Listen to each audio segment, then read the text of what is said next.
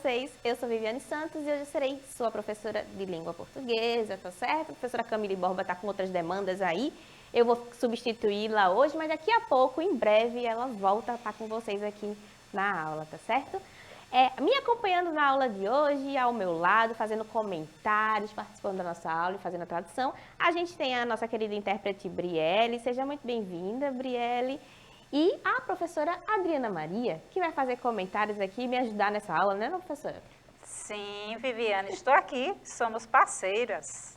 Então, estamos juntas aqui, seja com Camille Borba ou com Viviane Santos. Então, vamos juntos nessa?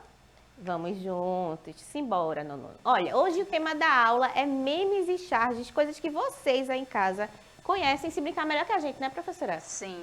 Quem não usa meme no dia a dia, né? Eu mesma adoro conversar e mandar figurinha, professora. Tem umas figurinhas muito engraçadas. O professor Heleno me manda figurinhas muito engraçadas. Eu vou fazer qualquer dia desse um exposed aqui. Olha a denúncia. A denúncia. Mostrar as figurinhas que o professor Heleno manda pra mim, que são hilárias, tá certo? Então, hoje a gente vai pensar o que é um meme. Será que você aí em casa, a gente sabe usar o meme, né? No nosso dia a dia. Mas em poucos momentos, talvez em nenhum momento, né? A gente em casa pare para pensar o que é um meme. O que é que ele significa? Quais são as características básicas que é necessário para se construir um meme? Você aí em casa saberia me responder? Não? Então vamos lá, vamos descobrir o que é um meme? Os memes são recursos digitais que juntam imagens, expressões, gifs e tirinhas a fim de produzir conteúdo em tom cômico sobre temas leves ou sensíveis. O que isso significa? Significa que vai ser uma construção, certo? É um gênero textual novo, recente, que não era considerado gênero textual até então, mas que hoje é muito comum esse tipo de produção. E ele tem a finalidade de produzir algum tipo de humor. Um meme, ele vai usar características verbais, que a gente chama de uso de linguagem e uso de texto, e características não verbais, que são a utilização de imagens, ou seja, alguma foto, alguma referência, aconteceu alguma coisa engraçada. Então eu vou lá, tiro um print desse fato engraçado, dessa cena engraçada, e aí a partir dessa cena eu penso como é que eu consigo produzir humor, como é que essa cena pode se ressignificar, né? Dependendo do meu contexto, dependendo do meu local de produção, dependendo do meu círculo de amigos, porque o que é engraçado para um, nem sempre é engraçado para o outro, né? E nesse tópico a gente chega mais tarde para falar sobre como a gente evita a repercussão de preconceitos no meme, né? Porque quando a gente está fazendo humor, a gente está tentando ser engraçado, a gente solta tudo que tem na nossa cabeça, né? E às vezes esquece de pensar o que é ofensivo para o outro. Então isso aqui vai ser muito importante. Pensar se o meu meme é adequado, se ele ofende alguém. Vai ser muito importante a longo prazo, tá certo? Para que a gente não seja ofensivo com ninguém gratuitamente, né? Não é justo.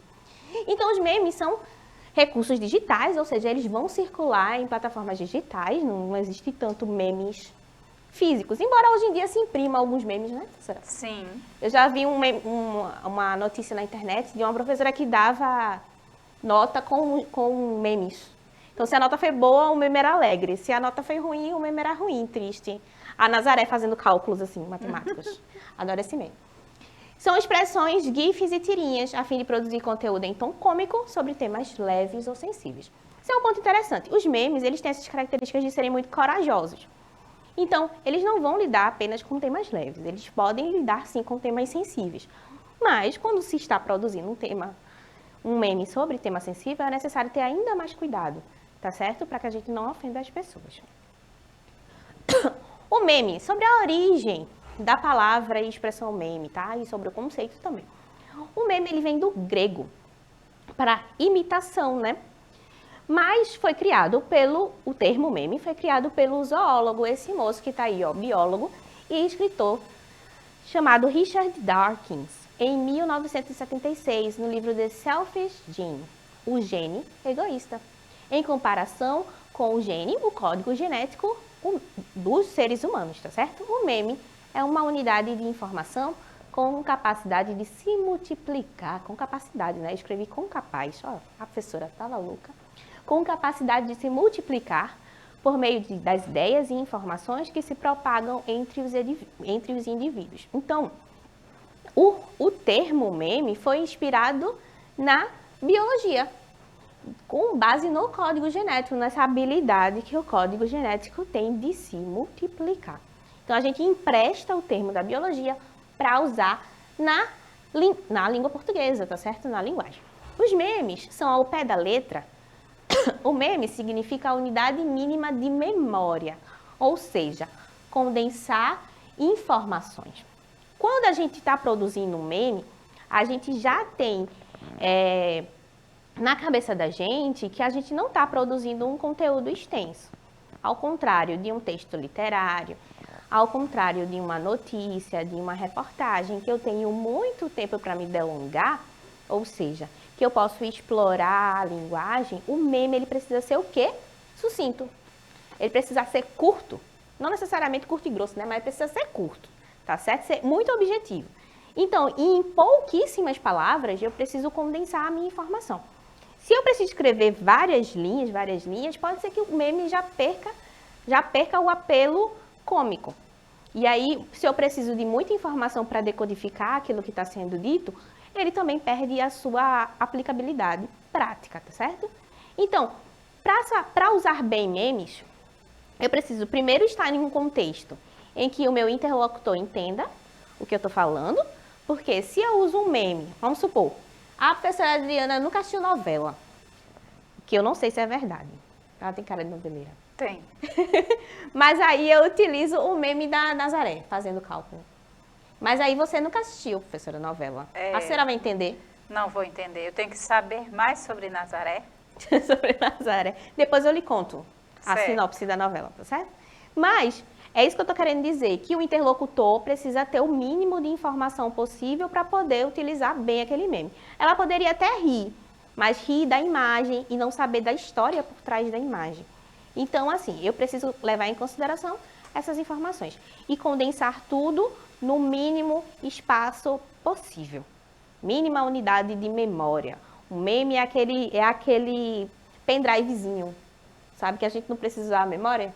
Então, o menor espaço possível. Os memes são recursos multissemióticos. Isso significa o quê? Isso significa que eles usarão imagens, vídeo e texto. E GIF também, né? Que é aquele vídeo extremamente curtinho. As situações costumam ser do dia a dia. O meme normalmente se cria sem a intenção de fazê-lo. Embora, hoje em dia, muita gente já trabalhe com a produção específica de memes, né? Tem gente que realmente para o que está fazendo ou até tem isso como profissão. Especialmente quem é produtor de conteúdo digital, né? Às vezes já tem um feeling ali do que vai ser engraçado para a coletividade, para a galera que está nas redes sociais. E às vezes o meme se cria pelo acaso. Então, de repente, você está lá assistindo o seu jornal, assistindo sua TV, e do nada passa uma entrevista muito engraçada. O entrevistado deu a sua versão da história de uma forma inusitada, e aquilo ressoa de forma engraçada. E assim surgem memes. Surgem memes de situações que às vezes não tem nada de engraçado, nada de cômico, mas a forma como alguém lidou com alguma situação tornou aquilo cômico. E a gente nunca tem controle sobre o meme. Uma vez criado, ele é bicho solto, assim. Ele contamina, se contagia e se propaga com muita rapidez. E em muitos casos é muito difícil saber a autoria, né, do meme. Ele só é criado. A gente sabe que existe na internet, mas muitas vezes a gente não sabe dizer quem criou esse meme.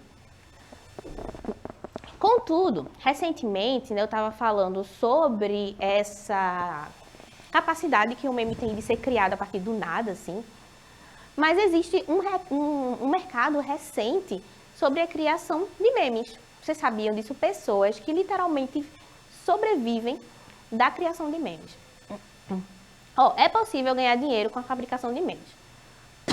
A gente tem as NFTs, que é uma sigla em inglês para tokens infungíveis, ou seja, que representam algo único, O meme, minha gente, é algo único e exclusivo.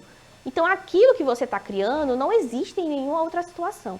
A gente chama esse recurso de token infungível. O nome é difícil, né? Significa ser único e insubstituível. Por exemplo, o Bitcoin é fungível. Se você trocá-lo por outro Bitcoin, você terá um ato do mesmo valor. Então, se eu troco 10 centavos por 10 centavos, eu tenho o mesmo valor. Isso também acontece com o Bitcoin, que é uma moeda digital, tá? É uma criptomoeda, na verdade, né? Já uma obra de arte ou uma música são objetos infungíveis. Eu não consigo reproduzir a Mona Lisa por mais que eu tente.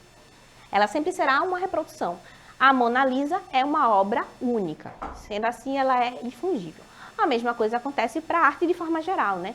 Não só quadros, mas música, teatro, né? Uma peça de teatro, uma coisa que não consegue se reproduzir com muita facilidade. Se bem que a peça de teatro se reproduz, mas a apresentação ela é irreproduzível, né? E as charges? Agora que a gente já pensou muito sobre o meme, nessa aula é sobre meme e charge, vamos tentar pensar o nosso segundo gênero textual aqui. As charges é um desenho humorístico com ou sem legenda ou balão, geralmente veiculado pela imprensa e tendo por tema algum acontecimento atual. A charge, ao contrário do meme, ela vai ter uma carga social muito maior. Ou seja, o meme, ele não tem a obrigatoriedade de pensar a sociedade. Ele pode circular na internet com a única finalidade de ser engraçado, divertir, unir as pessoas. A charge, todavia, é um gênero jornalístico. Nasceu no jornal e tem a finalidade de fazer com que as pessoas que estão em casa lendo o seu jornal, no conforto das suas casas, parem e digam, opa, esse assunto aqui é importante. Eu preciso pensar sobre ele para que a minha sociedade se torne melhor. O que é que eu posso fazer para ajudar? Se eu tenho um problema, eu preciso reconhecê-lo, etc. Então, a charge ela vai vir com algum problema de cunho social e a gente vai refletir sobre esse problema na charge. Ó, eu tenho uma charge aqui da Mafalda que diz assim: use, compre, beba, coma, prove, ei, ei. O que eles pensam que nós somos? E o que nós somos? No segundo quadrinho, ela pensa, né? No terceiro quadrinho, ela pensa assim: os malditos sabem que nós ainda não sabemos. E entra em parafuso. Opa, eu tô aqui assistindo TV e tá o tempo todo alguém me dizendo: coma isso, beba isso, faça isso, não faça aquilo. E ao mesmo tempo, eu tô aqui assistindo sem saber o que eu sou, e é por isso que eu caio nessa artimanha do marketing, de tentar me vender tanta coisa. Ao mesmo tempo esse povo é muito besta de acreditar que eu vou querer comprar isso tudo, e ao mesmo tempo eu realmente não sei quem eu sou, então é muito provável que eu queira consumir esse produto para poder saber quem eu sou, para poder me tornar uma pessoa reconhecível socialmente, né? Por que a gente utiliza determinado celular? Por que a gente compra determinada marca de sorvete? Sabe? Por que a gente faz as coisas baseadas nessa vontade de ter determinada marca? Então, aqui é um tema bem sério, bem pesado, que Mafalda faz questão de refletir. Então, a charge, ao contrário do meme, ele vai ter esse cunho muito mais político e social e reflexivo acerca da nossa realidade. É um cunho muito crítico, na verdade. O termo charge tem origem no francês charger, que significa carga. A primeira charge publicada no Brasil foi no ano de 1837, faz um tempo, hein? Século XIX. E tinha como título A Campainha e o Cujo. Foi criada por Manuel José de Araújo, lá em Porto Alegre. Na verdade, Manuel José de Araújo, Porto Alegre, né? Que dentre as funções exercidas na política e ensino, era também pintor e caricaturista. Essa charge, que ela está aqui representada, e a gente tem o recebimento, ela registra o recebimento de propina pelo diretor do Correio Oficial, que era ligado ao governo na época.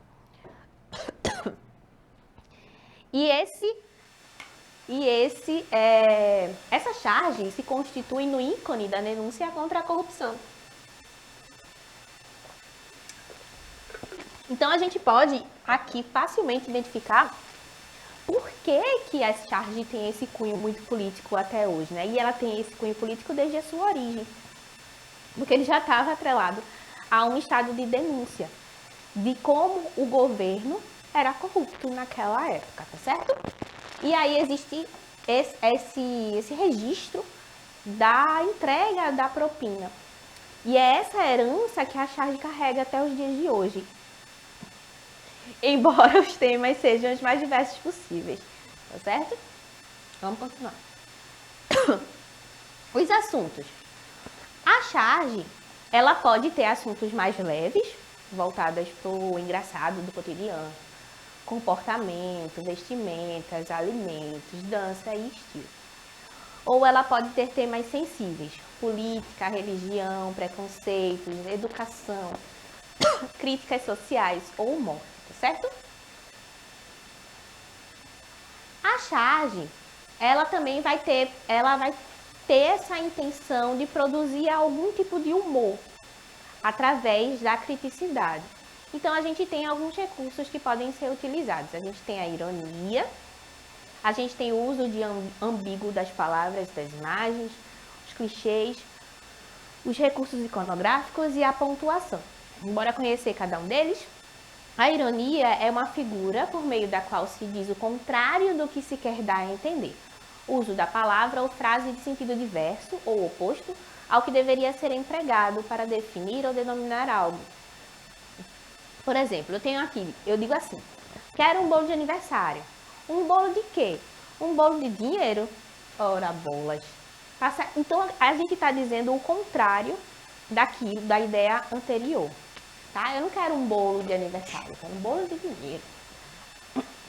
Uso ambíguo das imagens e das palavras. Quando o valor semântico das palavras e imagens podem variar e adotar mais de um significado. Encontrei Ana no banco, mas esse banco é o banco da praça ou é o banco físico, onde a gente vai para resolver questões de dinheiro? A gente não sabe. Então, nesse ponto aqui, nessa frase específica, o banco está sendo utilizado de uma forma ambígua, tá certo? É quando eu não consigo ter certeza sobre o uso da minha palavra. A gente também tem os clichês, que são ideias repetidas, não originais, de senso comum.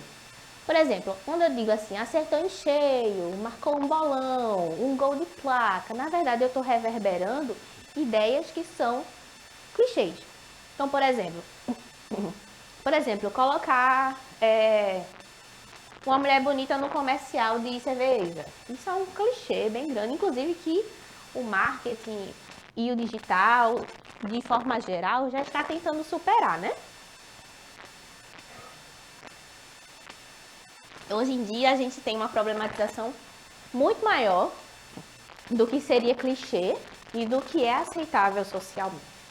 Então, se você está criando um meme ou uma charge, é importante que você pare para pensar sobre estereótipos também. Eu consigo fazer humor sem agredir o meu próximo, sem colocar homens, mulheres, crianças, pessoas LGBT em lugares estereotipados, tá certo? Então é muito importante que você evite o clichê. Mesmo que o clichê normalmente tenha um lugar aí de graça garantida junto com o público, né? Porque a gente ri do clichê. A gente ri daquele humor de primeira ideia, né? Que a gente chama, que é com base em ideias prontas, que é com base em preconceitos que são socialmente difundidos, etc. Então, é importante que a gente saiba reconhecer quando nós mesmos estamos usando ideias prontas, e isso vai acontecer impreterivelmente, né? Porque a gente está na sociedade, a gente consome ideias prontas. Mas aí, se a sua ideia, você parou para pensar sobre ela e percebeu que ela é ofensiva, descarta, tá? Ou repensa, tenta modificar ela. E aí, Viviane, é importante pensar sobre isso e perceber, não é, nas entrelinhas, se há algo que é ofensivo. E aí entra a importância da interpretação, não é? Então, tudo que lermos, não é, que vier em nossa direção, seja por meio das redes sociais ou ouvir alguém falando, não é, o discurso de alguém, nós temos que estar refletindo, né? Seja na charge, no meme, nós precisamos estar pensando sobre isso, não é? Fazendo um filtro. A charge é um ótimo lugar para se pensar sobre estereótipos, né? Porque a gente para pensar no que a Mafalda estava fazendo ali, Sim. em que ela estava pensando sobre o consumo que ela exerce quando ela assiste TV. Pois é. Então é uma coisa que a gente não para pensar todo dia, mas a gente assiste TV todo dia. Sim. E será que a gente precisa consumir tudo aquilo que a gente está assistindo para ser feliz? Com certeza não. Com certeza não. E isso vale para outros temas graves também, não só para o consumo, tá? Vamos continuar. Os recursos iconográficos também são fundamentais no meme. Às vezes eles acontecem. Lembra que o meme utiliza muita imagem, vai utilizar muita linguagem não verbal? Os recursos iconográficos fazem parte dessa comunicação não verbal. Estão relacionados à iconografia, com a representação de algo através de imagens, gravuras e fotos. Pode se referir ao material imagético usado para consulta ou representação visual de material iconográfico. Ou seja, são imagens e gravuras, tá certo? A gente diz que ícone é uma imagem que representa um todo, né? Então, por exemplo, eu tenho um ícone da minha rede social favorita. Então, eu não preciso que tenha lá escrito o nome da minha rede social para que eu saiba que aquele ícone me leva até ela. Então, é quando uma imagem resume um todo. A mesma coisa vale para banco, a mesma coisa vale para o seu jogo favorito. Se você joga online, né? Então você se joga online não tem app, né? Mas tem um monte de joguinhos no celular que você baixou da sua loja e você já se identifica eles apenas pelo ícone, com nada escrito. Eu trouxe aqui uma forma de escrita que é muito comum nos memes, que é aquela escrita livre, desenfreada e às vezes que a gente demora um ano para entender o que é que está sendo dito, porque a pontuação, ela é um fator importante na nossa escrita, mas no meme ela é meio desrespeitada, assim, sabe? Sim. Porque, não sei se é pressa de escrever o meme, às vezes é uma tentativa de fazer o humor com base no erro ortográfico também, que existe. Ó, isso aqui é um meme que eu tirei da internet. Ó. O erro das pessoas é acordar e ao invés de agir a vida, pegar o celular para ver alguma coisa. Aí entre parênteses tem indireta para mim mesmo. Ou seja, a pessoa está fazendo uma autocrítica, né? Sim. Mas provavelmente essa autocrítica reverbera o pensamento de muita gente que está nas redes sociais. Porque eu acordo, aí eu falo assim, eita, vou olhar o celular. Aí não faço nada por uns 15 minutos e depois é que eu acordo para a vida. Eu tenho certeza que muita gente faz isso também, né? Não devo estar sozinha no mundo, né, professora Diana? Tá não, com certeza. Mas perceba que esse tipo de organização da frase deixa a frase mais difícil de ser entendida. Por quê? Porque a pontuação não está sendo respeitada aqui. Então eu tentei reescrever esse trecho, tentando aqui melhorar a pontuação. Vamos ver como é que ela ficou? Ó, o erro das pessoas é acordar e, ao invés de agir diante da vida, pegar o celular para ver alguma coisa. Indireta para mim. Tá vendo como ficou mais bonitinho? Ficou menos engraçado, né, professora? Sim. Porque eu não tenho o dom da comédia, não tá muito em mim, não. Mas tá organizado. A pontuação tá lá, tá vendo? E aí facilita um pouquinho melhor a compreensão daquilo que está sendo narrado, está sendo dito, né? Percebemos que o uso de memes e de charges estão fortemente ligados ao uso das imagens. O que se pode inferir sobre esse ponto? Será que dá para fazer um meme sem imagem? É difícil, né? Difícil. Ou ele fica muito assim... Em inglês a gente diz flat, que é tipo sem graça. É. Fica sem graça, tá? Em português, fica a desejar. Fica a desejar, exatamente. Fica a desejar. Pode ser que ele não fique tão cômico quanto se gostaria. Informação rápida, linguagem atrativa, alto padrão do uso da linguagem, a comunicação se tornou mais complexa. Estou fazendo um monte de perguntas, mas na verdade eu queria que a gente parasse para pensar. Quando a gente utiliza um meme, por que a gente utiliza meme? Será que é porque a comunicação ficou muito rápida e aí não dá tempo da gente escrever tudo que a gente quer? E aí eu preciso que a informação seja mais rápida e o meme é essa forma de organizar a informação de forma mais rápida. A linguagem é atrativa. Será que se eu não for engraçada nas redes sociais, eu me torno uma pessoa menos atrativa? Será que eu preciso o tempo todo estar respondendo as fotos que os meus amigos publicam de forma engraçada ou usando meme para que eu pertença àquele círculo? A gente faz isso o tempo todo, né? E aí torna a comunicação muito igual. Quando alguém começa a usar um meme, todo mundo usa o meme satura muito rápido, porque ele é muito efêmero, e aí a gente abandona e parte para o próximo. Então eu trouxe esses tópicos aqui para a gente pensar e problematizar essas questões. O alto padrão de uso da língua, a comunicação se tornou mais complexa com a utilização do memes ou ela se tornou mais simplória?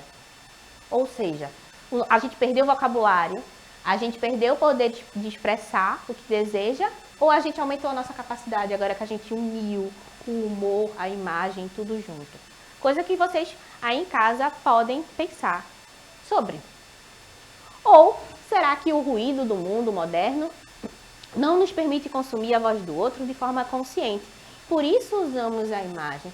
Será que a gente perdeu alguma capacidade ali interpretativa que é dada à linguagem e sua complexidade e agora a gente precisa usar imagens, que é uma forma mais simples de comunicação?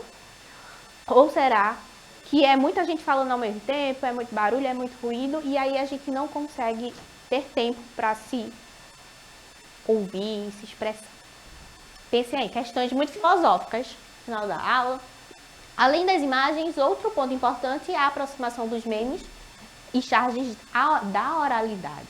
Então a gente tem a fala informal, a não utilização da norma padrão e os neologismos, que são palavras novas, inventadas. Eu adicionaria aí aqui ainda os estrangeirismos, que são palavras que são emprestadas de outras línguas para a nossa, né? A fala informal é quando a gente não respeita bem as concordâncias, a norma gramatical, quando a gente não respeita a pontuação, quando a gente não respeita a concordância verbal, etc. Na utilização da norma padrão, o de eu, né? Então, eu vou, tu vai, ele vai, nós vai. Quando a gente conjuga do nosso jeito. Os neologismos são as palavras novas, a gente está sempre importando, tá? Um exemplo de neologismo, por exemplo, eu tenho a palavra queda, que foi ressignificada. Então, se ela antes significava literalmente cair, agora tem uma queda por você. É tipo ter uma apaixonite, né? Sim. Ter não sei nem como dizer isso de outro jeito. Um borogodó. Não é bem borogodó, mas acho que seria bem um se apaixonar. É um se apaixonar aí. É, uma coisinha, uma queda. Não sei. E a última palavra é ela ou ela é meu crush, que seria um empréstimo do inglês. Tá vendo? É uma palavra que não era nossa, passou a ser, já tem significado aí atrelado a ela e tá todo mundo usando. Então, a gente sabe que crush é quebrar, esmagar, em inglês, não sei. E aqui a gente importou como tendo uma queda por. Já ganhou um outro significado, tá vendo? Aqui tem outras palavras e os memes acabam influenciando no uso da linguagem, nos termos, nas gírias que tendem a circular temporariamente, no vocabulário e usuários online. Então, palavras como cringe, massa e né, minha querida? Né, minha querida? Teve um tempo aí atrás que todo mundo estava usando. Então, o meme, ele influencia na nossa linguagem em si, diariamente, então ele não é coisa só da internet, é um gênero textual importante. Professora Adriana, nossa aula está acabando. Pois é, Viviane. Gostasse? Massa! Vamos pensar aí nos memes que estamos criando, estamos lendo, recebendo, enviando. E ficamos por aqui. Até a próxima, pessoal. Gente, eu me despeço. Espero que vocês tenham gostado. Em breve a professora Camille está de volta. Um cheiro e até breve.